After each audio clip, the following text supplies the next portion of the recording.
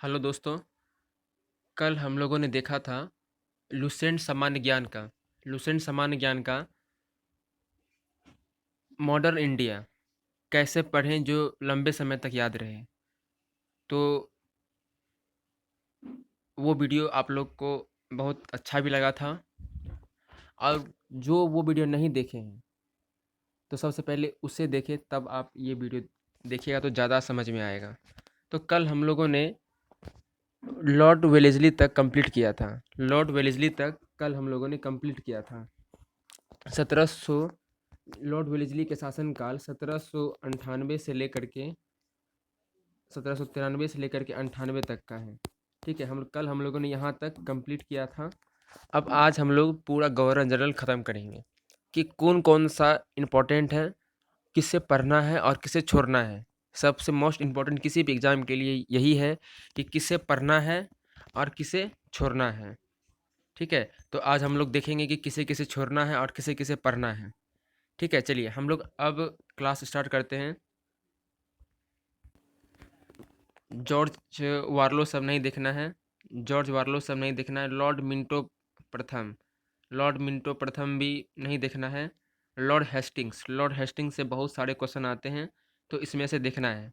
Lord Hasting में क्या देखना है कि ये कुछ नहीं, बस ये संगोली की संधि इसके समय में हुआ था। संगोली की संधि क्यों हुई थी? तो अंग्रेज और नेपाल के बीच युद्ध चल रहा था। नेपाल के बीच युद्ध चल रहा था, जिसमें कि नेपाल हार गया था। तो अंग्रेज़ों ने संगोली की संधि की थी। ये संगोली कहाँ है? तो ये बिहार में ही है। तो इसलिए बिहार के एग्ज़ाम के लिए ये बहुत इम्पोर्टेंट है कि ब्रिटिश और नेपाल के बीच, मतलब या नेपाल के जो सेना थे उसे क्या कहते थे? गोरखा। आप लोग जानते हैं कि 1857 की क्रांति में गोरखा अंग्रेज़ों का बहुत सपोर्ट किया था। तो खैर वो बात है, डिटेल में जब जाएंगे तब आप लोग को बताएंगे। तो ये हम लोग देखेंगे कि संगोली की संधि बिहार में, इसलिए बिहार के एग्ज़ाम के लिए बहुत इंपॉर्टेंट होता है, और ये अक्सर एग्ज़ाम में पूछता ही है। तो आप लोग को बस इसमें ये देखना है संगोली की संधि, और उस समय नेपाल का शासक कौन था? अमर सिंह थापा, बस ये देखना है। और पिंडारियों का दमन ये सब नहीं देखना है। हाँ, ये एक है कि इसने प्रेस पर लगे प्रतिबंध को समाप्त कर प्रेस के मार्गदर्शन के लिए नियम बनाए थे, बस ये देखना है। और टेनेंसी एक्ट या काश्तकारी अधिनियम इन्हीं के समय में आया था। ठीक है, टेनेंसी एक्ट या काश्तकारी अधिनियम इन्हीं के समय में आया था, मतलब लॉर्ड हेस्टिंग्स के समय में टेनेंसी एक्ट या काश्तकारी अधिनियम आया था। बस ये दो पॉइंट याद रखना है, संगोली की संधि और टेनेंसी एक्ट। बस इससे ज़्यादा इससे क्वेश्चन नहीं रहेगा। लॉर्ड एम हर्स्ट, इसमें बस एक देखना है यांडबू की संधि। जितना भी संधि है, संधि से क्वेश्चन रहता ही है। किन के शासनकाल में हुआ था, किन के बीच हुआ था, बस। और डेट फेट नहीं याद पूछता है कि इतना तारीख को किस ईस्वी को हुआ था, ये सब उतना नहीं पूछता है। तो यांडबू की संधि किन के बीच हुआ था? तो अ, अंग्रेज और वर्मा। तो वर्मा किसे कहेंगे? वर्मा तो अभी जो हमारा एक मैप पे देख लेते हैं तो ज़्यादा समझ में आएगा। तो ये जो हमारा पूर्ववर्ती जो क्षेत्र है, तो इधर इधर वाले को हम लोग वर्मा कहते हैं, इधर वाले को हम लोग वर्मा कहते हैं। ठीक है, तो अंग्रेज और वर्मा के बीच यांडबू की संधि हुई थी। अंग्रेज और वर्मा के बीच यांडबू की संधि हुई थी। चलिए, बस इसमें यही देखना है और कुछ नहीं। अब इसमें देखना है आके लॉर्ड विलियम बेंटिक। ये विलियम बेंटिक से तो हर एग्जाम में क्वेश्चन रहेगा ही रहेगा, क्योंकि ये बहुत, और राजा राम मोहन राय भी इन्हीं के समय में बहुत काम भी किया था, तो इसलिए ये ज़्यादा क्वेश्चन पूछा जाता है। ठीक है, लॉर्ड विलियम बेंटिक को देखते हैं। तो इन्होंने माथा पर जाति जितना भी प्रतिबंध वाला काम था, देखिए इसके नाम में ही लिखा हुआ है, नाम में ही है कि बेंटिक। बेंटिक मतलब बैन, हर चीज़ पर प्रतिबंध, हर चीज़ पे बैन लगाने वाला काम इसका प्रतिबंध। इसीलिए इस तरह से याद कर सकते हैं। तो किस किस चीज़ पर ये प्रतिबंध लगाए थे? तो जातीय चिन्ह पर प्रतिबंध लगाए थे।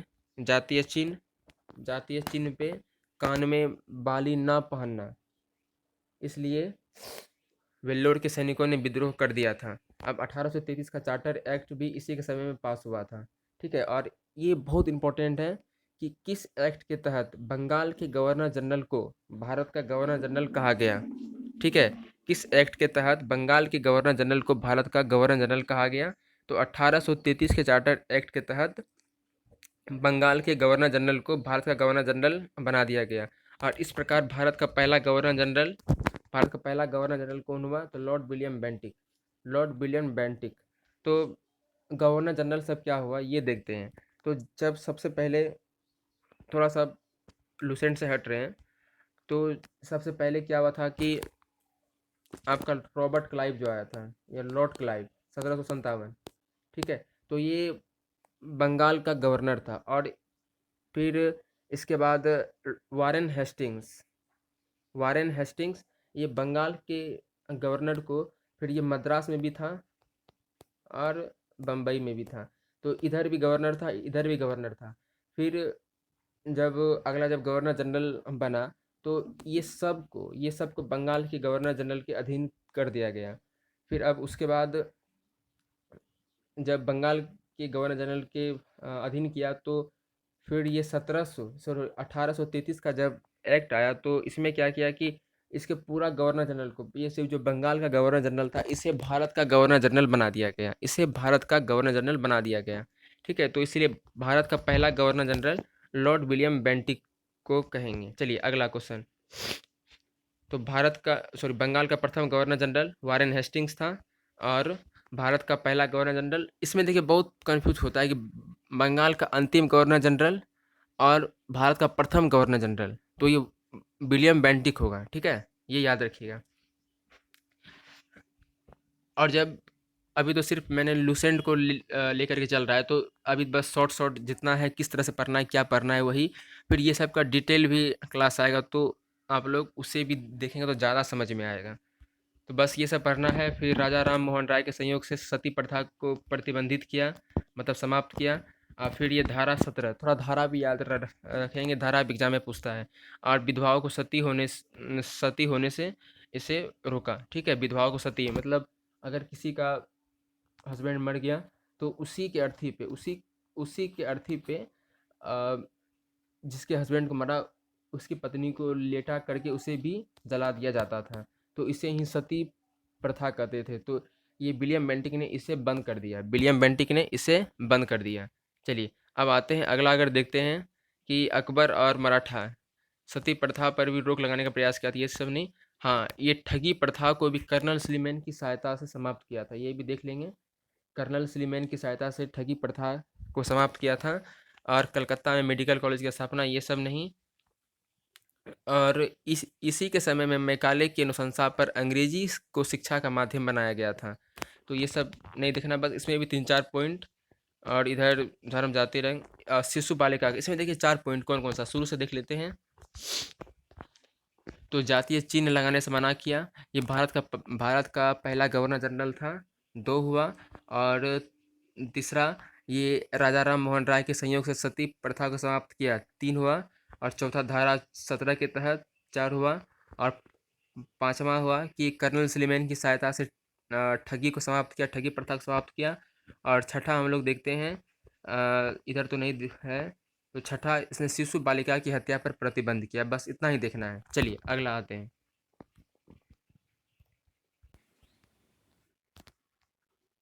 लॉर्ड अब देखिए चार्ल्स मेटकाप पे आते हैं। चार्ल्स मेटकाप, इसे भारतीय प्रेस का मुक्तिदाता कहा गया है। ठीक है, इसे भारतीय प्रेस का मुक्तिदाता कहा गया। ये बहुत इंपॉर्टेंट क्वेश्चन है, बहुत एग्जाम में पूछा गया है। ठीक है, भारतीय प्रेस का मुक्तिदाता किसे कहा गया है? तो चार्ल्स मेटकाप को भारतीय प्रेस का मुक्तिदाता कहा गया है। अब आगे आते हैं ऑकलैंड। ऑकलैंड, इसने जीटी ट्रक रोड का मरम्मत करवाया कलकत्ता में, कलकत्ता से दिल्ली तक जीटी ट्रैक रोड का मरम्मत करवाया है। ये एक क्वेश्चन देखना है और बाकी कुछ नहीं देखना है। लॉर्ड ये सब नहीं, एलिनबरो सब नहीं पूछता है। दास प्रथा का अ, उन्मूलन, ये सब नहीं पूछता है उतना, लेकिन फिर भी एक देख लीजिएगा, बाकी और कुछ नहीं। रविवार को छुट्टी की शुरुआत 1843 से हुई, 1843 से, ये एक देख लेंगे बस। अब ये इम्पोर्टेंट है, लॉर्ड हार्डिंग। लॉर्ड हार्डिंग, और नाम से ही पता चल जाएगा कि इसने नरबली प्रथा को प्रतिबंधित किया। नर किसे कहेंगे? नर का कहेंगे मेल को, और मादा कहेंगे फीमेल को। ठीक है, मादा कहेंगे फीमेल को। तो लॉर्ड हार्डिंग, तो हार्डिंग मतलब हार्ड, और मेल भी हार्ड होता है।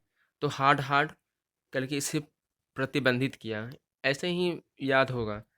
चलिए, डलहौजी, ये बहुत इम्पोर्टेंट है, ये बहुत इम्पोर्टेंट है। अब देखिए डलहौजी की ने क्या किया, जगत प्रसिद्ध कोहिनूर हीरा जो था, जगत प्रसिद्ध कोहिनूर हीरा, तो इसे महारानी विक्टोरिया को भेज दिया। ठीक है, तो अगर कोहिनूर हीरा किसने भेजा था, तो डलहौजी ने। कैसे याद रखेंगे, हीरा, हीरा को झोला में डाल करके बाहर भेज दिया, तो इसी तरह याद रखेंगे डलहौजी। ठीक है, इसी तरह डलहौजी, डलहौजी मतलब एक झोला था, ठीक है, इसमें हीरा डाल करके भेज दिया विक्टोरिया को। ठीक है, चलिए अगला क्वेश्चन, आंग्ल सिख युद्ध के दौरान, इसमें कुछ नहीं, द्वितीय आंग्ल बर्मा युद्ध ये सब नहीं देखेंगे। हाँ, कमीशन की स्थापना डलहौजी के समय में, देखिए डलहौजी, इसके समय में इनाम कमीशन, इनाम कमीशन की स्थापना हुई। ठीक है, तो इसे याद रखेंगे, डो और इधर ई, ऐसे ही करके याद रखेंगे इसे। तो डलहौजी के समय में इनाम कमीशन की स्थापना हुई। चलिए अगला क्वेश्चन, और डलहौजी के शासनकाल में व्यपगत का सिद्धांत, व्यपगत का सिद्धांत इसी के समय में लागू हुआ। ठीक है, और व्यपगत का सिद्धांत क्या था कि किसी भी राज्य का, मतलब जिस किसी भी राज्य का शासन ठीक से नहीं चल रहा है, तो उसे ये अपने शासन में मिला लेते थे। तो इन्होंने किसे किसे मिलाया था सबसे पहले, तो सर्वप्रथम, ये पूछा हुआ क्वेश्चन, बीपीएससी में भी पूछा हुआ क्वेश्चन है कि सर्वप्रथम किसे मिलाया था, तो सतारा को। सर्वप्रथम किसे मिलाया था, तो ये सतारा को। और किसे कुशासन के आरोप पर मिलाया था, तो अवध को। ये बहुत इंपॉर्टेंट, ये दो क्वेश्चन है, मतलब इनाम कमीशन, व्यवगत का सिद्धांत, और व्यवगत के सिद्धांत के तहत सबसे पहले किसे मिलाया था, तो सतारा को मिलाया था। और कुशासन का, कुशासन का आरोप लगा करके, कुशासन का आरोप लगा करके सबसे पहले किसे अपनाया था, मतलब अपने साम्राज्य में मिलाया था, तो अवध को, अवध को मिलाया था। ठीक है, चलिए अगला क्वेश्चन, और उस समय उसका, वहाँ का नवाब कौन था, तो वाजिद अली शाह। चलिए, और अवध का संस्थापक सादत खां, ये सब नहीं। हाँ, ये तोपखाने के मुख्यालय को कलकत्ता से मेरठ स्थानांतरित किया, और सेना के मुख्यालय को शिमला में स्थापित किया। हाँ, और ये एक क्वेश्चन देख लेंगे कि डलहौजी में लगभग सब इम्पोर्टेंट ही है, बहुत कम को स्किप कर सकते, बाकी तो याद करना ही पड़ेगा। और शिक्षा संबंधी सुधारों के लिए डलहौजी ने वुड डिस्पेच को लागू किया था। शिक्षा संबंधी सुधारों के लिए डलहौजी ने वुड डिस्पेच को लागू किया था। और सरकारी कॉलेज में, सरकारी कॉलेज तथा लॉर्ड कैनिंग के समय में, ये देखिए केबीसी का भी क्वेश्चन था, लगभग 11 लाख का शायद क्वेश्चन था कि किस गवर्नर जनरल के समय में या किस वायसराय के समय में कलकत्ता मद्रास तथा बम्बई में एक एक विश्वविद्यालय की स्थापना हुई थी, किसके द्वारा, तो Lord Canning, Lord Canning, Lord Canning देंगे इसका आंसर। ठीक है, तो लॉर्ड कैनिंग के समय में 1857, ठीक है, 1857 में कलकत्ता मद्रास बम्बई में एक एक विश्वविद्यालय की स्थापना हुई थी, एक एक विश्वविद्यालय की स्थापना हुई थी। और चलिए, अब ये मोस्ट इम्पॉर्टेंट है, जिसका हाल ही में रेलवे ग्रुप डी का भी एग्ज़ाम है, तो वो भी इसे देखेंगे कि पूछ गया कि भारत में रेलवे का जनक किसे माना गया है, भारत में रेलवे का जनक किसे माना गया है, तो डलहौजी को, डलहौजी को भारत में रेलवे का जनक माना गया है। ठीक है, और सर्वप्रथम रेलवे कहाँ से कहाँ तक चला था, ये भी क्वेश्चन पूछ सकता है, चाहे कोई भी एग्जाम हो, रेलवे ही नहीं, किसी भी एग्जाम में। तो ये 16 अप्रैल, ये उतना नहीं रखेंगे याद, लेकिन 1853 में, 1853 में कहाँ से कहाँ तक, बम्बई से थाने, बम्बई से थाने 34 किलोमीटर चला था, बम्बई से थाने 34 किलोमीटर किसने चलाया था, तो डलहौजी ने। ठीक है, चलिए अब अगला क्वेश्चन देखते हैं। अगला नया पोस्ट ऑफिस एक्ट, नया पोस्ट ऑफिस एक्ट इसी के समय में लागू हुआ था, और पहली बार डाक टिकट का प्रचलन भी इसी के समय में हुआ था। बुक लेकर के आप लोग बैठिएगा, जहाँ जहाँ लगे वहाँ पे हल्का सा टिक टिक मार दीजिएगा, जितना बुक गंदा कीजिएगा उतना याद होगा।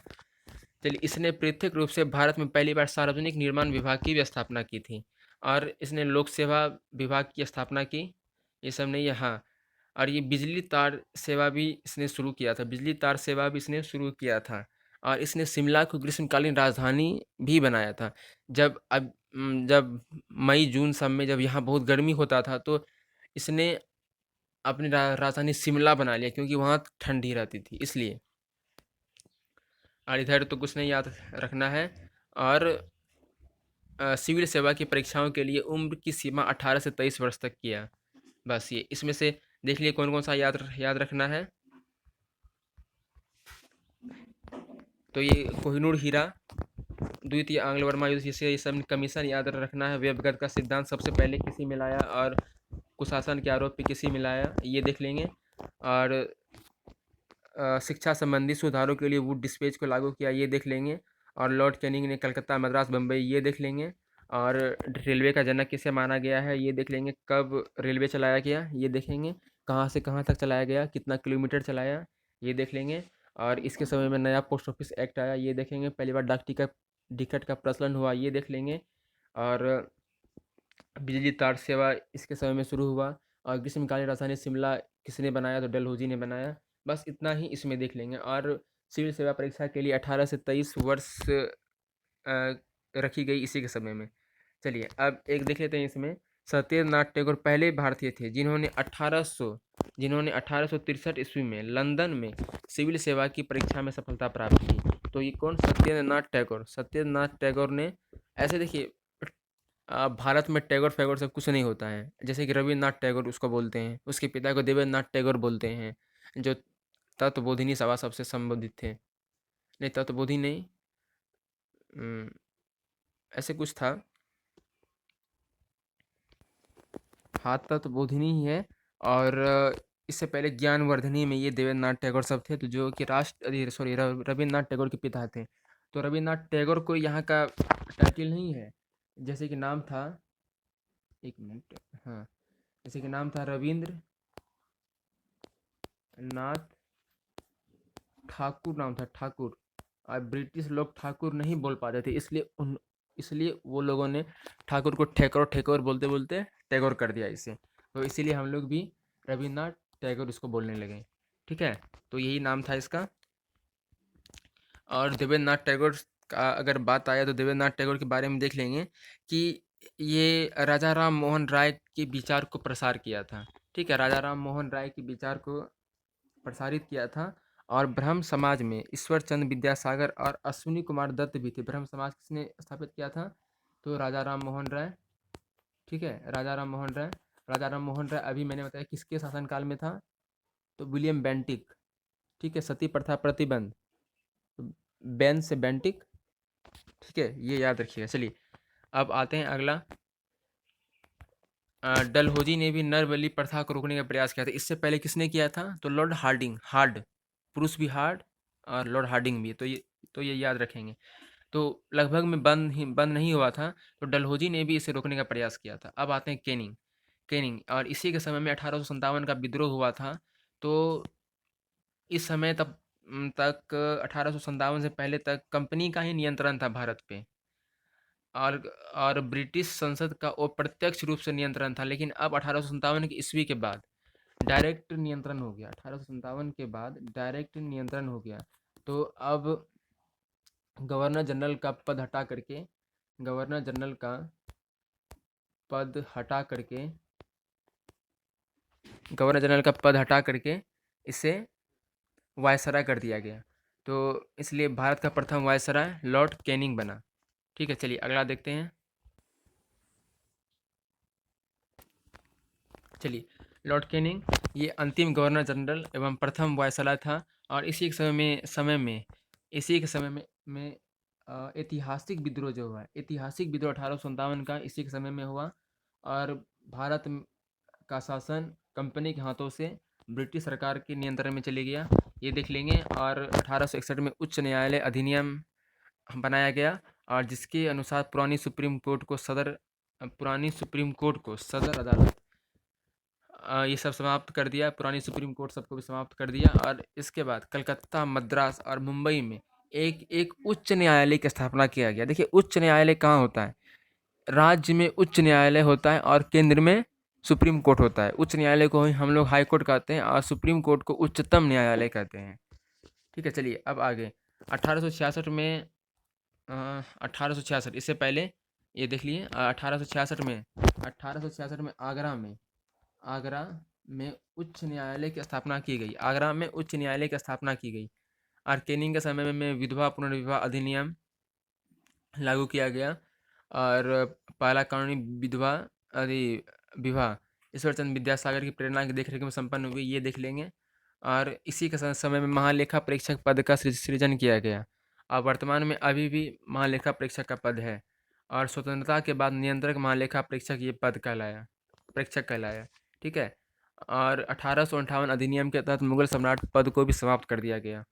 और इसने व्यक्तिगत के सिद्धांत जो राज विलय का जो नीति था, इससे पहले जो हमने बताया कि सातारा को मिलाया और कुशासन के आधार पर किसे मिलाया गया था, तो अवध को मिलाया था कुशासन का ये लगा करके, आरोप लगा करके, तो उसे मिला लिया गया था। तो इसने ये सब नीति को भी ख़त्म कर दिया और इंडियन काउंसिल एक्ट पारित हुआ।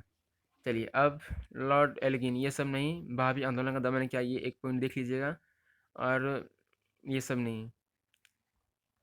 चलिए अगला क्वेश्चन, सॉरी अगला देखते हैं। देखिए जो इम्पोर्टेंट लगे पॉइंट उसे किताब के ऊपर में लिख लीजिए, क्योंकि जब जब पेज खोलिएगा तो ये सबसे पहले इसी पर नज़र आएगा कि यहाँ पर हमने क्या लिखा है। यहाँ पे एकदम सबसे इम्पोर्टेंट सब पॉइंट ही लिखिएगा। चलिए इसी के समय में उड़ीसा, बुंदेलखंड, प्रथम समुद्री टेलीग्राफ सेवा, ये सब नहीं। आप देखते हैं लॉर्ड मेयो के समय में मेयो कॉलेज की स्थापना हुई थी और इसी के समय में कृषि विभाग की भी स्थापना हुई थी। ये देख लेंगे। भारत में अंग्रेजों के समय में प्रथम जनगणना, हाँ, लॉर्ड मेयो के समय में अभी जो जनगणना चल रहा है 2011 के बाद 2021 सब में, तो ये पहली बार जनगणना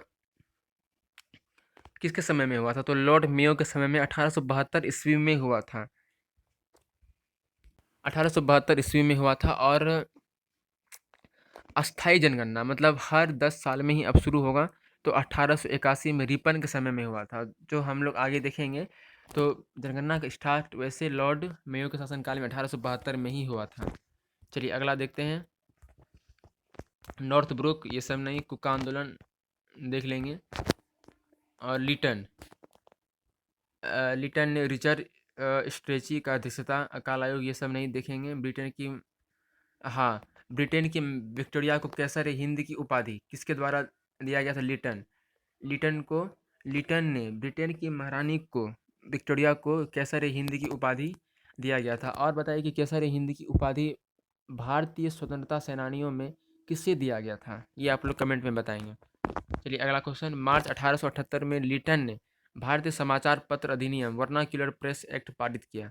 लिटन ने भारतीय का जितना समाचार पत्र था, कल हम लोगों ने बताया था कि पहला समाचार पत्र कौन सा था और किसने शुरू किया था। ठीक है, तो अगर आप लोग को याद होगा तो आप लोग उसे भी कमेंट में बताइएगा कि पहला समाचार पत्र का नाम क्या था और किसने लागू किया था। और कल का वीडियो बहुत इंपॉर्टेंट था, आप लोग उसे ज़रूर देखेंगे। बहुत इंपॉर्टेंट सब उसमें टॉपिक सब था, तो उसे देखेंगे। और वर्नाक्यूलर प्रेस एक्ट पारित हुआ था, जिस पर कि समाचारों पर प्रतिबंध, कठोर प्रतिबंध लगा दिया गया था। और विशेषकर राष्ट्रवादी समाचार सोम प्रकाश पर प्रतिबंध कर दिया गया था। ठीक है, चलिए इधर पायोनियर अखबार, ये बहुत इंपॉर्टेंट है कि वर्नाक्यूलर प्रेस एक्ट का समर्थन किसने किया था, तो पायोनियर अखबार ने इसका समर्थन किया था।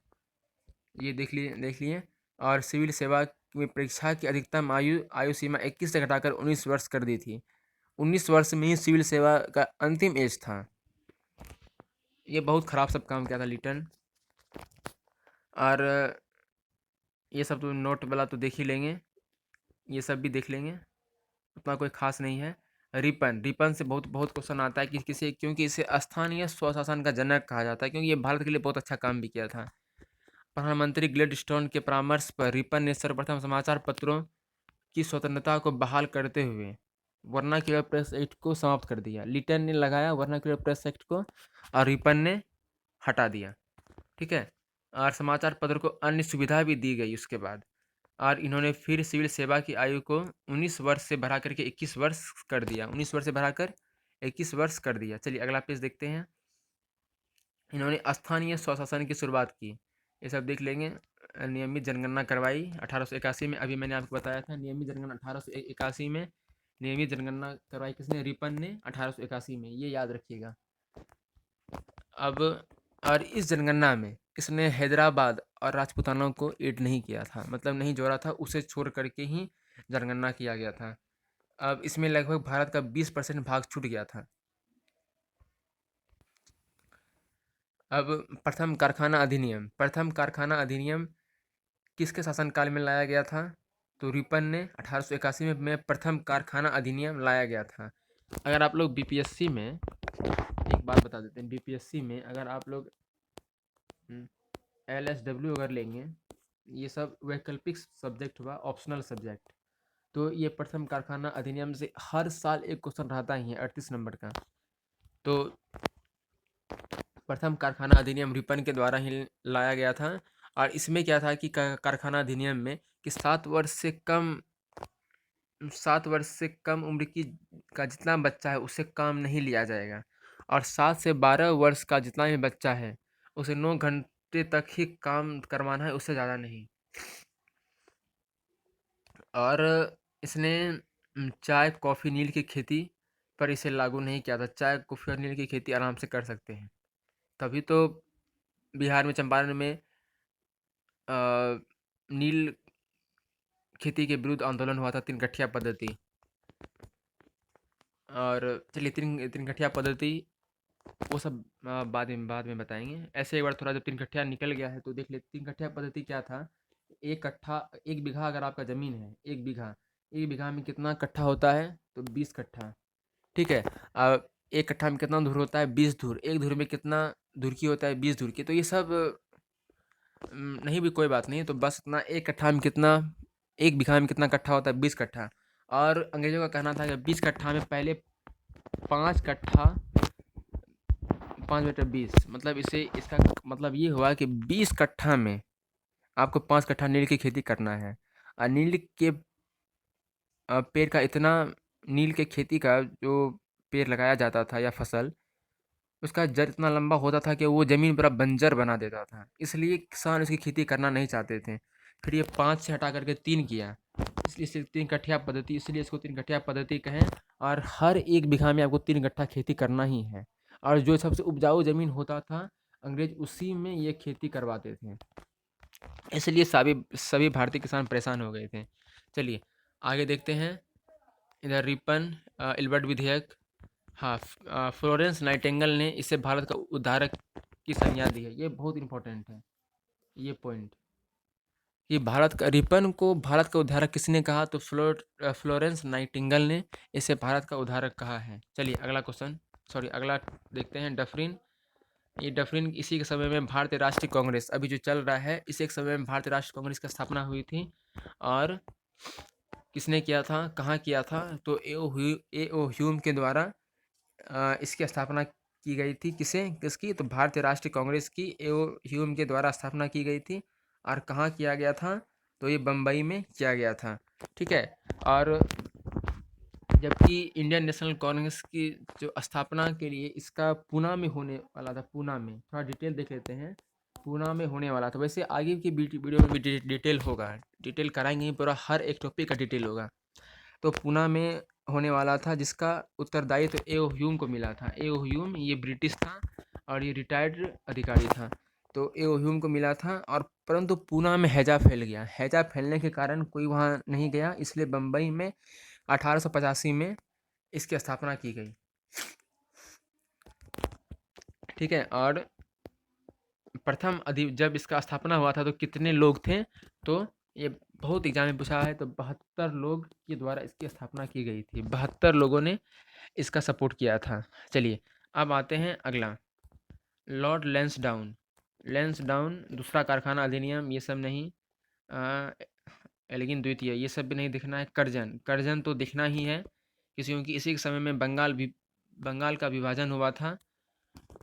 तो अंग्रेजी स्वर्ण मुद्रा को भारत की कानूनी मुद्रा घोषित किया गया। अंग्रेज का जितना स्वर्ण मुद्रा था उसे भारत की कानूनी मुद्रा घोषित कर दी। और स्थानीय शासन प्रणाली का ये सब नहीं देखना है। कलकत्ता ऑपरेशन, सिंचाई आयोग, ये सब देखना है कि सिंचाई आयोग, रेलवे आयोग, पुलिस आयोग, और सर टॉमस रेली की अध्यक्षता में विश्वविद्यालय आयोग की स्थापना की गई। किसके समय में?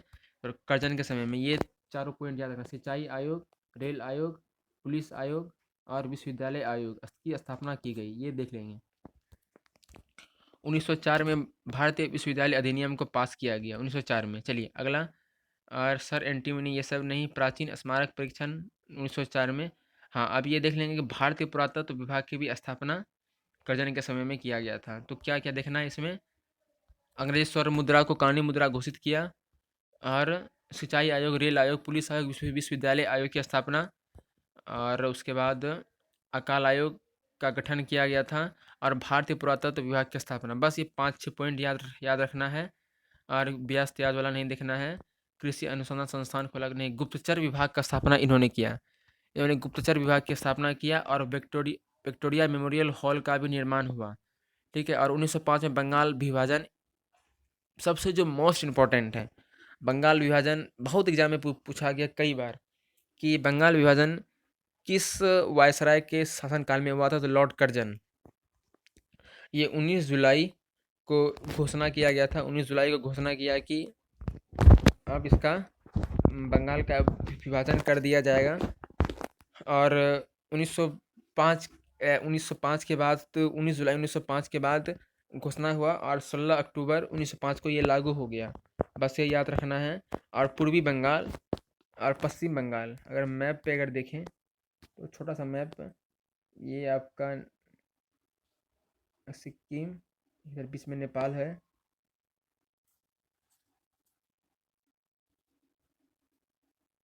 तो इतना बड़ा बिहार, उड़ीसा, झारखंड, ये सब को लेकर के पूरा एक बंगाल था। और बांग्लादेश, इतना लेकर के बहुत बड़ा क्षेत्र का एक बंगाल था। तो इसे बीच से काट दिया, और इधर का मुख्यालय ढाका रखा, और इधर, और मतलब पूर्वी बंगाल का मुख्यालय ढाका रखा था।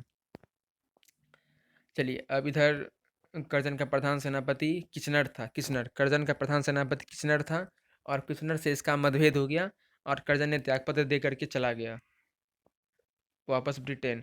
और लॉर्ड मिंटो द्वितीय 1905 से 1910, और इसी के समय में मुस्लिम लीग की स्थापना हुई थी। जब ये कांग्रेस का जब सेशन चलेगा ना, जब स्टार्टिंग कैसे हुआ, उसके समय में क्या क्या हुआ, जिससे कि हर एग्जाम में भी क्वेश्चन रहता ही है, तो उसे नेक्स्ट वीडियो में डिटेल में होगा, तो वो भी वीडियो आप लोग देखेंगे। और लुसेंट का पूरा मॉडर्न हिस्ट्री, सिर्फ मॉडर्न हिस्ट्री ख़त्म करने में लगभग 4 पार्ट लगेगा, मिनिमम 4 पार्ट लगेगा ही, क्योंकि 10 दिन में लुसेंट ख़त्म होने वाला है नहीं। और ऊपर ऊपर से पढ़ करके इधर पढ़ते गए उधर भूल देंगे तो कोई फ़ायदा नहीं है। तो इसलिए हम थोड़ा डिटेल में ही, और जो इम्पोर्टेंट है उससे ही टिक लगवा रहे हैं, और जो जो इम्पोर्टेंट है उससे ही बता रहे हैं। चलिए, और मुस्लिम लीग की स्थापना की गई, और 1907 में सूरत का अधिवेशन में कांग्रेस का विभाजन हो गया। ठीक है, कांग्रेस का भी विभाजन हुआ, नरम दल और गरम दल। ठीक है, और मुसलमानों के लिए मार्ले और मिंटो, मार्ले मिंटो का मतलब क्या हुआ, ये दोनों अलग अलग नाम है। ठीक है, ये दोनों अलग अलग नाम है। और मिंटो जो था ये भारतीय वायसराय था, मिंटो भारतीय वायसराय था, और मार्ले ये भारत का सचिव था। ठीक है, भारत का सचिव था।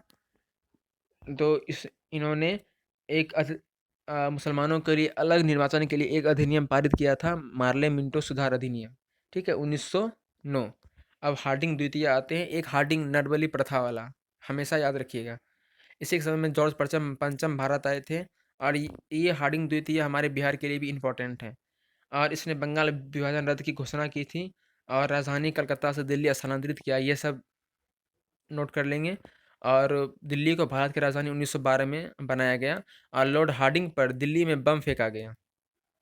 ठीक है, लॉर्ड हार्डिंग पर दिल्ली में बम फेंका गया, इस कारण में भाई बाल मुकुंद को फांसी की सजा भी हुई। और इसी के समय में 28 जुलाई 1914 में, इसी के समय में, हार्डिंग के समय में ही प्रथम विश्व युद्ध भी स्टार्ट हो गया था। और फिरोज शाह मेहता ने बॉम्बे क्रॉनिकल एवं गणेश शंकर विद्यार्थी ने प्रताप का प्रकाशन किया था। और 1916 में लॉर्ड हार्डिंग ने बीएचयू का कुलाधिपति इसे नियुक्त किया गया था, मतलब बनारस हिंदू यूनिवर्सिटी का ऐसे कुलाधिपति नियुक्त किया गया था। और लॉर्ड चैम्सफोर्ड देख लेंगे कि इसमें कांग्रेस के बीच समझौता हुआ था, नरम दल गरम दल भी एक साथ हुए थे, मुस्लिम लीग भी एक साथ हुए थे, क्योंकि सबका मांग एक ही था, तो इसलिए साथ हुए थे, नहीं तो ऐसे साथ नहीं होते हैं। ठीक है, अब इधर आते हैं कि 1916 में पूना में महिला विश्वविद्यालय की स्थापना की गई, और 1917 में शिक्षा पर शेड्यूल्ड आयोग का गठन हुआ, और 1919 में रॉलेट एक्ट पारित हुआ। रॉलेट एक्ट बिहार सचिवालय सहायक का जो एग्जाम हुआ था 2011-2013 दोनों सीट में ये रॉलेट एक्ट से क्वेश्चन था। तो रॉलेट एक्ट को हम लोग भारत में इसे काला कानून भी कहा था। इसमें तो क्या था कि नो अपील, नो दलील, नो वकील। अगर कोई पुलिस से अगर आपको पकड़ता है तो आप उसके लिए ना कोर्ट जा सकते हैं, ना कोई वकील कर सकते हैं, ना कोई अपील कर सकते हैं। तो इसीलिए इसी के विरोध में जलियांवाला बाग हत्याकांड हुआ था 13 अप्रैल 1919 में। एक सभा हो रही थी, जनसभा, और इसी में जो कि अमृतसर में है हत्याकांड हुआ था, और डायर के द्वारा अंधाधुंध गोली चलाई गई थी। और इसी के समय में भी असहयोग आंदोलन स्टार्ट हुआ था। रीडिंग, मोपला विद्रोह, ये सब ने भारतीय कम्युनिस्ट पार्टी का गठन हुआ था इसी के समय में। और चौरा चौरी कांड, ये देखे होंगे चौरा चौरी कांड, जो कि एक बहुत बड़ा कोई थाना था, एक थाना था, उसमें टोटल 23 पुलिसकर्मी थे, 23 या 22 पुलिसकर्मी थे, और वहाँ के स्थानीय लोगों ने इसे जिंदा जला दिया। तो इसी को हम लोग चौरी चौरा कांड कहेंगे। ये चौरा चौरी गाँव था, इसलिए इसे चौरी चौरा कांड कहेंगे। और इसी के विरोध में ये 5 फरवरी को हुआ, और अंग और महात्मा गांधी ने इसके बाद, उत्तर प्रदेश के ये गोरखपुर ज़िले में है, और महात्मा गांधी ने इस असहयोग आंदोलन को वापस ले लिया, और इसे 12 फरवरी को भी महात्मा गांधी को जेल हो गया था। फिर ये इंपॉर्टेंट है कि स्वराज पार्टी की स्थापना किसने की, तो मोतीलाल नेहरू और चित्तरंजन दास, CR दास को कहते हैं। अध्यक्ष चित्तरंजन दास थे और सचिव मोतीलाल नेहरू थे। 1923 में इसकी स्थापना हुई थी, इधर हो गया। और लॉर्ड इरविन, साइमन कमीशन, इसके समय में भारत आए। इसी के समय में गोलमेज सम्मेलन हुआ था, पहला, दूसरा, तीसरा, जिस इसी के समय में ही जवाहरलाल नेहरू 1930 में, ये बिहार सचिवालय सहायक का क्वेश्चन है। बिहार सचिवालय सहायक का एक क्वेश्चन है कि लाहौर अधिवेशन में ही पूर्ण स्वराज का लक्ष्य रखा गया था किनके द्वारा, तो ऑप्शन में था पंडित जवाहरलाल नेहरू, तो ये पंडित जवाहरलाल नेहरू होगा। और स्वतंत्रता दिवस की घोषणा की गई थी 26 जनवरी को, इसीलिए 26 जनवरी को अभी गणतंत्र दिवस मनाते हैं। स्वतंत्रता क्यों नहीं मनाते हैं, क्योंकि स्वतंत्र हम लोग 15 अगस्त को हुए थे, इसलिए 15 अगस्त को स्वतंत्रता दिवस मनाया जाता है। और उस समय ही 26 जनवरी का डेट फिक्स हो गया था, इसलिए इस दिन संविधान लागू हुआ, इसलिए हम लोग गणतंत्रता दिवस मनाते हैं, रिपब्लिक डे। सविनय अवज्ञा आंदोलन के दौरान महात्मा गांधी को 5 मई 1930 को गिरफ्तार किया गया। ये सब नहीं देखेंगे। प्रथम गोलमेज सम्मेलन में कांग्रेस ने 3 गोलमेज सम्मेलन हुआ था, ठीक है, इसे कि राउंड टेबल कॉन्फ्रेंस कहते हैं। 3 गोलमेज सम्मेलन में सिर्फ दूसरा दूसरा में ही कांग्रेस ने भाग लिया था, जिसमें कि कांग्रेस की तरफ से महात्मा गांधी और सरोजिनी नायडू थे। और तीनों गोलमेज सम्मेलन में पूछा किसने भाग लिया था, ये पूछा हुआ क्वेश्चन है। तो ये बाबा साहब अम्बेडकर ने तीनों गोलमेज सम्मेलन में भाग लिया था। और उसके बाद लॉर्ड वेलिंगटन आते हैं। इसमें कुछ नहीं याद रखना उतना नहीं। हाँ, इसके समय में पूना समझौता हुआ था, भीमराव अम्बेडकर और गांधी जी के बीच हुआ था। चलिए अगला देखते हैं। 17 से 24 दिसंबर में तृतीय गोलमेज सम्मेलन का, ये तो हो गया। हाँ, भारत सरकार अधिनियम 1935, अभी जितना कानून चल रहा है लगभग में हम लोग कहेंगे 40 से 50% या 60% भारत सरकार अधिनियम 1935 का ही है। और इस अधिवेशन की अध्यक्षता जो 1935 में हुआ था, सत्येंद्र प्रसाद सिन्हा ने की थी, दिल्ली को। इसके समय में पहली बार आम चुनाव संपन्न हुआ था। और इसके बाद बंगाल, असम, उत्तर पश्चिमा प्रांत, सिंध में पूर्ण बहुमत नहीं मिला। द्वितीय विश्व युद्ध इसी के समय में प्रारंभ हुआ था, निम्नलिखितों के समय में। और कांग्रेस ने इसका विरोध करते हुए कहा, ना कोई भाई ना कोई पाई। और सुभाष चंद्र बोस ने फॉरवर्ड ब्लॉक की भी स्थापना, एक पार्टी बनाई थी 1939 में। और मार्च 1940 में लीग ने लाहौर अधिवेशन में पहली बार पाकिस्तान की मांग की थी। मुस्लिम लीग का जो लाहौर अधिवेशन हुआ था, उसमें इन्होंने पहली बार पाकिस्तान की मांग की थी। और पाकिस्तान इस प्रस्ताव का प्रारूप सिकंदर हयात खान ने बनाया था और फजलुल हक ने प्रस्तुत किया था और खलीकुज्जमा ने इसका समर्थन किया था। और पाकिस्तान शब्द को किसने दिया था? चौधरी रहमत अली ने दिया था। ठीक है। और अगस्त प्रस्ताव ये देख लेंगे, क्रिप्स मिशन ये सब पूछता है कि अगस्त प्रस्ताव आपको क्या क्या कि इसे एक लाइन में सजाएं, तो सबसे पहले कौन आया था, फिर कौन आया था, फिर कौन आया था, तो अगस्त प्रस्ताव, क्रिप्स मिशन, कैबिनेट मिशन, इस तरह करके। तो इसका डेट याद रखेंगे, 8 अगस्त 1940 और मार्च 1942 को क्रिप्स मिशन भारत आया था। क्रिप्स प्रस्तावों को किसने स्वीकार किया था? तो मुस्लिम लीग और कांग्रेस तीनों ने वो स्वीकार किया था। और 9 अगस्त 1942 को कांग्रेस ने भारत छोड़ो आंदोलन प्रारंभ किया था और इसे अगस्त क्रांति के भी नाम से जानते हैं। और उस समय बंगाल में भयानक अकाल पड़ा था 1943 में। लॉर्ड वेवेल, ये उतना नहीं है इम्पोर्टेंट। 1945 में क्लीमेंट एटली की अध्यक्षता वाली लेबर पार्टी की सरकार बनी थी। ठीक है। भारत जब स्वतंत्र हुआ था उस समय या उसके लगभग में किसकी सरकार थी? तो लेबर पार्टी की सरकार थी। लेबर पार्टी की सरकार थी, वहाँ पे दो पार्टी था, कंजर्वेटिव था और लेबर पार्टी था। तो लेबर पार्टी की सरकार बनी और उसके क्लीमेंट एटली प्रधानमंत्री थे ब्रिटेन में। चलिए, ये हो गया कांग्रेस का निर्वाचन। ये सब नहीं देखेंगे उतना।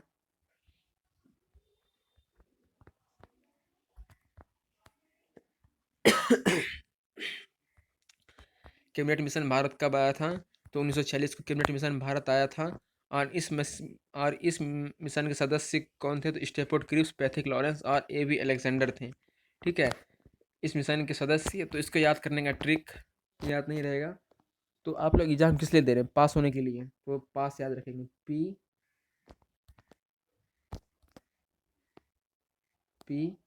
PAS, पैथिक लॉरेंस, एवी अलेक्जेंडर और स्टेफोर्ड क्रिप्स। बस एग्जाम पास होने के लिए हैं, तो PAS, पैथिक लॉरेंस, एवी अलेक्जेंडर और स्टेफोर्ड क्रिप्स, ये याद रखेंगे। क्लीमेंट एटली, इसने हाउस ऑफ कॉमन्स में घोषणा की इतना। और माउंटबेटन, भारत का गवर्नर जनरल माउंटबेटन को बनाया गया और माउंटबेटन योजना घोषित की गई। इसमें भारत का विभाजन भी शामिल था। ठीक है। अब चलिए, 4 जुलाई 1947 को ब्रिटिश संसद में एटली द्वारा भारतीय स्वतंत्रता विधेयक प्रस्तुत किया गया, जिसमें 18 जुलाई को स्वीकृति मिली। विधेयक के अनुसार भारत और पाकिस्तान दो स्वतंत्र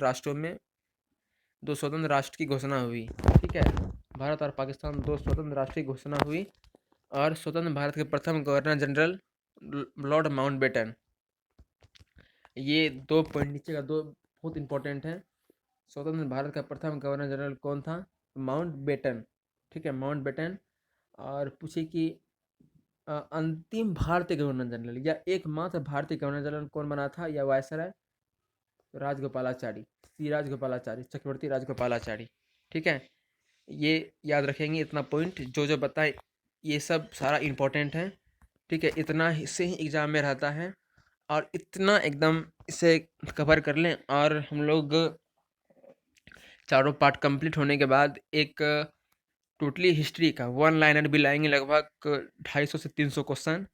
और उसके बाद 150 क्वेश्चन हिस्ट्री का, सिर्फ मॉडर्न इंडिया का टेस्ट सीरीज भी लाएंगे, मतलब टेस्ट यूट्यूब पे होगा और आप लोग देखिए उसमें 150 में से कितना सही होता है और सारा इंपॉर्टेंट क्वेश्चन किसी न किसी एग्जाम में पूछा हुआ ही होगा। ठीक है। और अगर आप लोग को वीडियो अच्छा लगा हो तो लाइक, सब्सक्राइब और शेयर ज़रूर करेंगे। ठीक है, धन्यवाद। और लूसेंट ये पार्ट 2 है, पार्ट 3 भी आएगा। पार्ट थ्री में हम लोग कहाँ से देखेंगे? तो 1857 का विद्रोह सब देखेंगे उसमें, और तिलका मांझी भी देख लेंगे और भारत का स्वतंत्रता संघर्ष, ये सब देखेंगे, जो कि बहुत लंबा लंबा टॉपिक है लेकिन बहुत इम्पोर्टेंट है और हर एग्ज़ाम में पूछता ही है। तो आप लोग सपोर्ट करेंगे और लाइक, सब्सक्राइब और शेयर ज़रूर करेंगे। धन्यवाद।